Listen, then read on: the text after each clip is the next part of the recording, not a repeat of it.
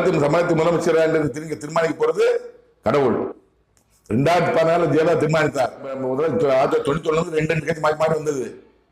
2001 to 2011 ADMK அந்த அட்டவணைப்படி 2016 வரணும். ஆனா ஜெயலலிதா மரணம் கொடுக்கப்படும் சொல்லிட்டாரு.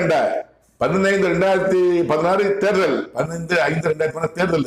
ஆனா எனக்கு சொல்லிட்டாரு 14/5/15/1/2016 சொல்லிட்டாரு மரணம் கொடுப்போம்னு சொல்லிட்டாரு. மரணம் இருக்கிறது. ஆனா கட்சி காப்பதாக நம்ம ஆட்சி கொண்டு சொல்லி அந்த காலகட்டத்தில் எல்லாம் பிரிச்சாரு. விஜயகாந்த் தனியா வந்தாரு.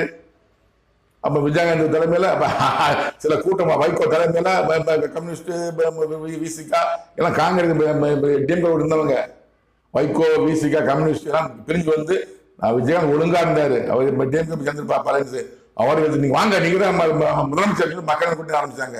கடவுளுடைய சித்து விளையாட்டு ஆரம்பிச்சாங்க இல்லையா? அப்புறம் விஜயகாந்த்